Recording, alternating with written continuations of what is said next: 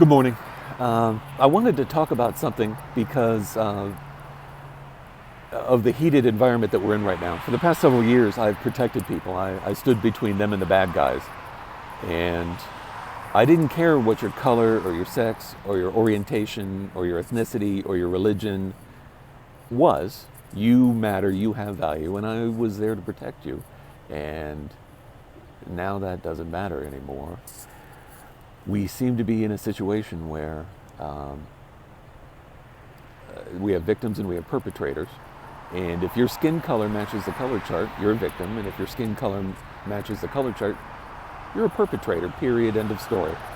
And just by getting up in the morning and being that skin color, you're a victim, you're a perpetrator, and you need to fix yourself.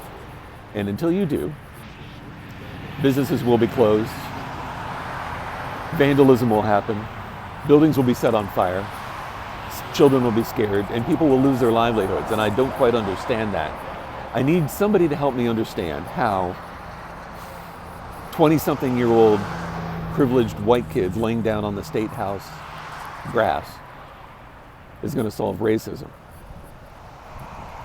Racism is the belief that somebody is inferior or you are superior because of your skin tone.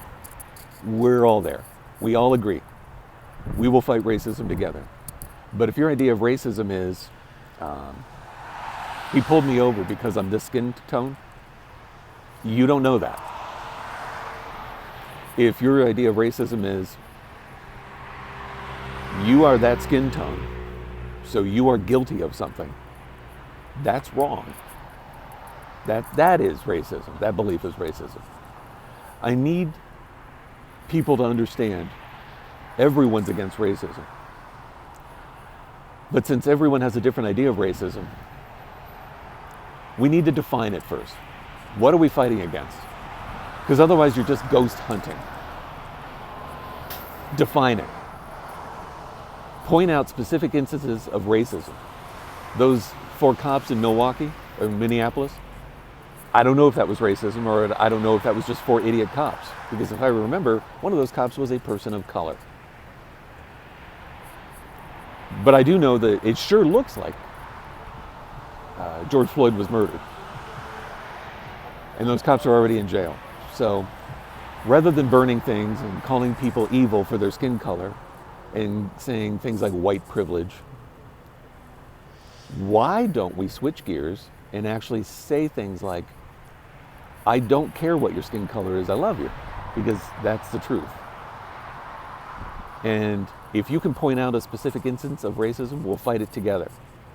But if you're just here like Antifa, the rat turds of the planet, to overthrow capitalism in the United States, I think we can all agree that we're going to fight you together.